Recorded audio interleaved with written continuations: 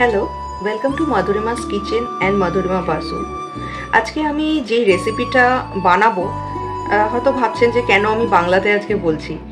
তো যেই রেসিপিটা বানাবো সেই রেসিপিটা আমি পেয়েছিলাম ফেসবুক থেকে। বেশ কয়েক বছর আগে আমার একজন ফুড অর্ডার করেছিল। তখন আমি ওকে আপনি বলতাম, শ্রেয়া ঠাকুর। তো শ্রেয়া ঠাকুর আমার থেকে ফুড অর্ডার করেছিল হয়তো 1 বছর কি 1.5 বছর আগে। তো ওর সঙ্গে আমার একটা খুব ভালো রিলেশন হয়ে গেছিলো। এবার আমি সোশ্যাল মিডিয়াতে ওর সঙ্গে কানেক্টেড আছি। আর অদ্ভুতভাবে আজকে যে গল্পটা বলছি, রেসিপিটা আমি দেখাবো খুবই সাধারণ রেসিপি। আমি রেসিপির নামটাও আমি বলে দিচ্ছি। আমি সমস্ত শ্রেয়ার ভার্সনে আমি বলবো যেইভাবে আমি দেখেছিলাম। আমি যখন রেসিপিটা পড়েছিলাম ফেসবুকে, তো তখন আমার মনে হয়েছিল যে এটা তো খুব সুন্দর রেসিপি, এই রেসিপিটা তো বানানো যেতেই পারে।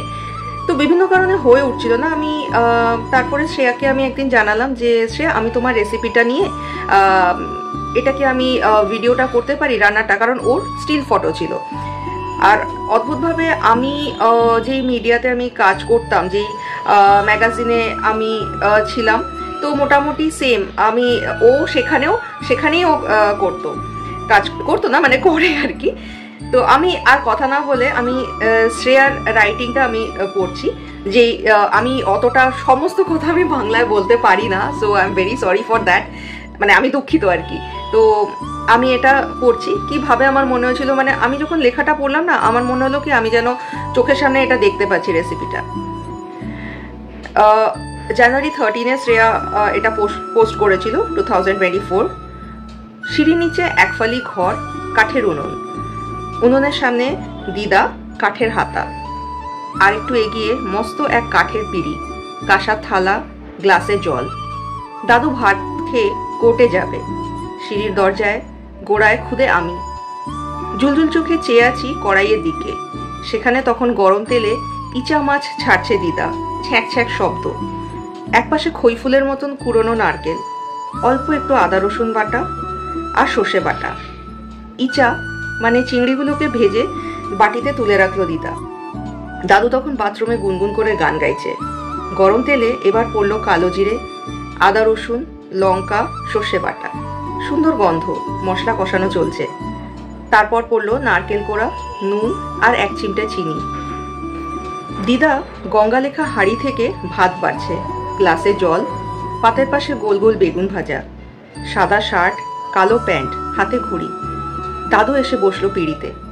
কোল ঘেঁষে আমি, নজর চিংড়িতে। ততক্ষণে বড় বাটিতে ধোয়া ওঠা তেল চিংড়ি এসে পৌঁছেছে। গায়ে কালো জিরের বুটি, কাঁচা তেল ছড়ানো।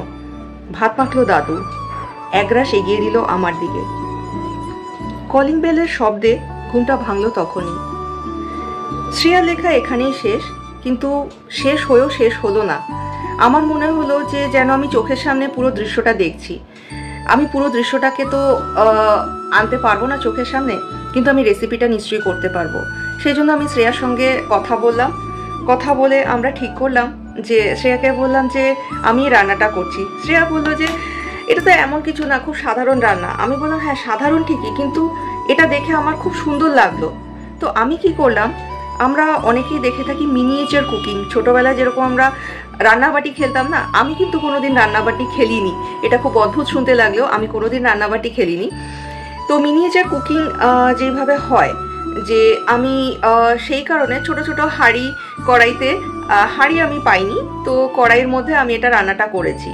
তো আমি সবাইকে অনুরোধ করব যে রান্নাটা যেরকম আছে ঠিক সেইভাবে রান্নাটাকে নর্মাল কড়াইয়ের মধ্যে করতে। কারণ আমি কিছুটা করেছিলাম মিনিয়েচার কুকিংয়ে, ছোট ছোট হাঁড়ি কড়াইতে, কাঠের জালে। হ্যাঁ, আমি কাঠের জালে আমি রান্না করতে পারি, একদিনে পারিনি। আর এটা মিনিয়েচার কুকিং আমি করতে গিয়ে আস্তে আস্তে আমি শিখেছি। তাও এখন একটু অসুবিধা হয়, কিন্তু মোটামুটি আমি পারি করতে। তো বাকি চিংড়ি মাছ যেগুলো, কারণ অনেকগুলো চিংড়ি মাছ ছিল, সেগুলো কিন্তু আমি নর্মাল গ্যাসে করেছি, কিন্তু সেম রেসিপিতে।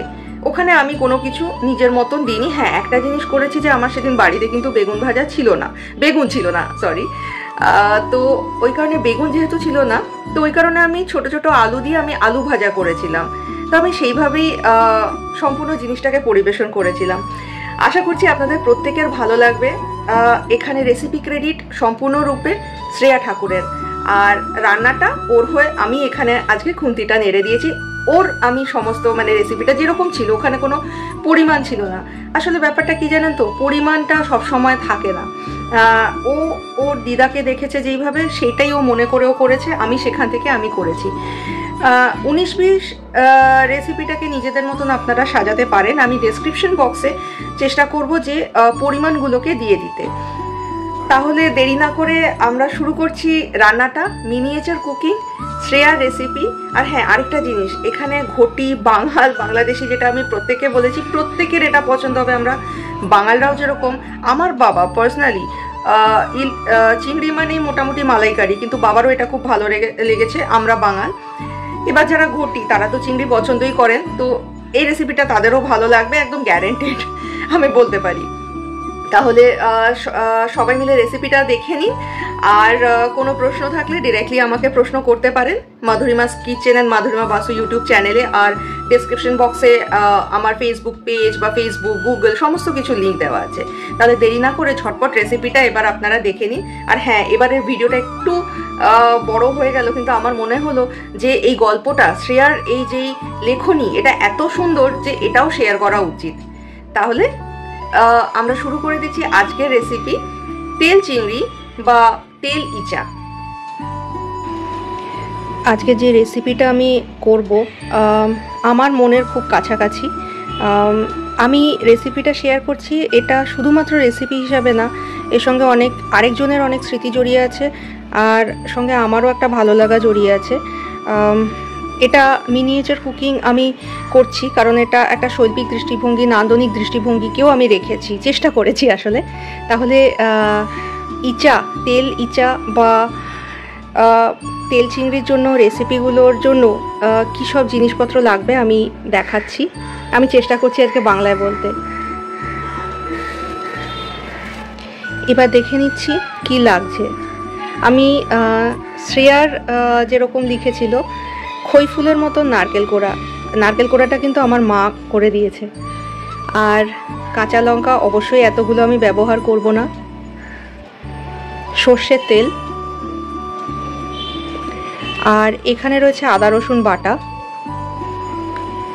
জল আমি একটু নিয়েছি, কিন্তু না লাগলে আমি ব্যবহার করব না। আর আজকে আমার সামান্য প্রচেষ্টা, ছোট ছোট চিংড়ি মাছ বা ইচা, এখানে এপার বাংলা ওপার বাংলা, বাংলাদেশি, ঘটি, বাঙাল সবাই একসঙ্গে মিলেমিশে গেছে। যে ঘটিদের চিংড়ি, আমাদের বাঙালদের ইচা বা বাংলাদেশিদের চিংড়ি, সব মিলিয়ে মিশিয়ে একটা রেসিপি তৈরি হচ্ছে। আর এখানে রয়েছে সর্ষে বাটা, আমি আগে একটু জল মিশিয়ে রেখেছি যাতে পরে আর না মেশাতে হয়। আর আরেকটা ছোট্ট জিনিস, এটা হচ্ছে চিনি আর হলুদ গুঁড়ো, আর এটা হচ্ছে নুন, আর এটা হচ্ছে কালো জিরা। তাহলে ঝটপট আমি রান্নাতে চলে যাচ্ছি। অবশ্যই এই রান্নাটা আপনারা প্রত্যেকে ট্রাই করবেন। আরেকটা জিনিস আমি দেখাচ্ছি, ওগুলো ছোট ছোট আলু। শ্রেয়া রেসিপিতে কিন্তু ছিল ওর দিদা ওর দাদুকে বেগুন ভাজা করে দিচ্ছেন, কিন্তু আমি এই মুহূর্তে আমার কাছে বেগুন ছিল না, তো আমি ছোট ছোট আলু ভাজা করে নেব। ভাতের সঙ্গে আমি যেভাবে আছে, আমি চেষ্টা করলাম যে যেভাবে শ্রেয়া লিখেছে আমি ঠিক সেরকমভাবেই চেষ্টা করলাম বলার। দেখা যাক রান্নাটা কীরকম হয়। প্রথমে আমি এটাকে কড়াইটাকে গরম বসাবো, একটু সময় লাগবে। কড়াইটা গরম হয়ে গেছে, এবার আমি তেলটাকে একটু গরম বসিয়ে দেবো। তেলটা যখন গরম হয়ে যাবে আমি ধীরে ধীরে চিংড়ি মাছটা ভেজে নেব। তো এখন তেলটা গরম হওয়ার জন্য রেখেছি।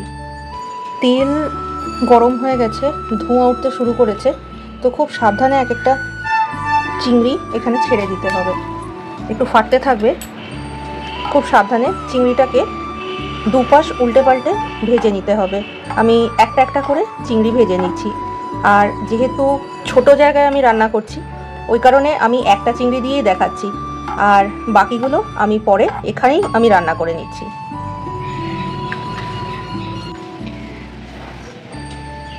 মাঝখানে একটু নিভে গেছিল, আর এই যে আমার চিংড়িগুলো ভাজা হয়ে গেছে। তেলের মধ্যে এখন আমি দেবো কালো জিরা ফোড়ন, খুব সামান্য, খুব বেশি কালো জিরা ফোড়ন আমি দেবো না এখানটায়। যেহেতু খুব অল্প আমি রান্না করছি, এবার তেলের মধ্যে একে একে আমি দেব আদা রসুন বাটা, খুব সামান্য পরিমাণে আদা রসুন বাটা আমি দেব, আর তার সঙ্গে সামান্য পরিমাণে আমি দেব সর্ষে বাটা।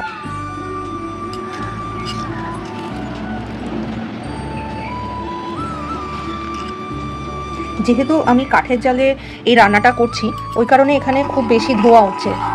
তো আপনারা যারা করবেন কাঠের জালে না করে এটা ডিরেক্টলি গ্যাসেও করতে পারেন। সমস্ত কিছু একই রকম করতে হবে। আমি একটু মশলাটা কষিয়ে নেব। খুব সামান্য নারকেল কোড়াও আমি এর মধ্যে দেব। আমি পরেও আর একটু নারকেল কোড়া দেব।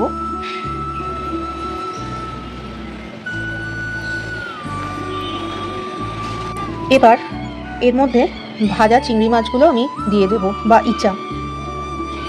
দেখতেই পাচ্ছেন ছোট্ট একটা কড়াই, অনেকটা মনে পড়ছে না ছোটবেলার রান্নাবাটি খেলার মতো। আমি এটাকে কষিয়ে নিয়ে আবার ফিরে আসছি। আমাদের মাছটা প্রায় হয়েই গেছে, চিংড়িটা বা ইচা। এবার একটা জিনিস আমি এর মধ্যে এখন দেব, আমি আগে কিন্তু এটা দিইনি, নুনটা। অল্প একটু নুন দিয়ে দেব, খুব সামান্য পরিমাণে আমি দিচ্ছি। আর চিনি তো আমাদের দিতেই হবে। আর এর সঙ্গে যেটা দেব, একটা চেরা কাঁচা লঙ্কা দিয়ে দিচ্ছি। আর যেই সুন্দর নারকেল কোড়াটা ছিল, নারকেল কোড়া এর মধ্যে দিয়ে দিচ্ছি। রান্নাটা মোটামুটি আমাদের হয়ে গেছে। আর একটা জিনিসই বাকি। হ্যাঁ, আপনারা বলতেই পারেন যে হলুদটা কিসের জন্য। ওই যে ছোট ছোট আলুগুলো দেখছেন, নুন হলুদ দিয়ে আমি আলু ভাজবো। এবার কাঁচা তেল ছড়িয়ে দিচ্ছি। রান্না কিন্তু আমাদের শেষ হয়ে গেছে। এবার আমি এটা পরিবেশন করব।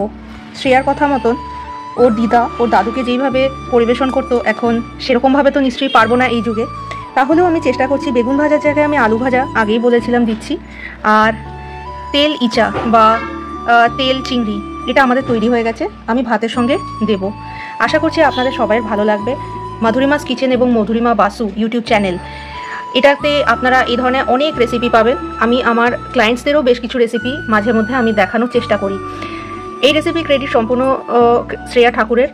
আমার খুব ভালো লেগেছে যে শুধুমাত্র ক্লায়েন্ট হিসাবে নয়, এখন তার সঙ্গে খুব ভালো রিলেশন হয়ে গেছে। আমি ওর এই রেসিপিটা আমার খুবই ভালো লাগলো। আশা করছি আপনাদেরও ভালো লাগবে। আপনারা প্রত্যেকে তৈরি করবেন আর জানাবেন। আমার তো নিশ্চয়ই ভালো লেগেছিল।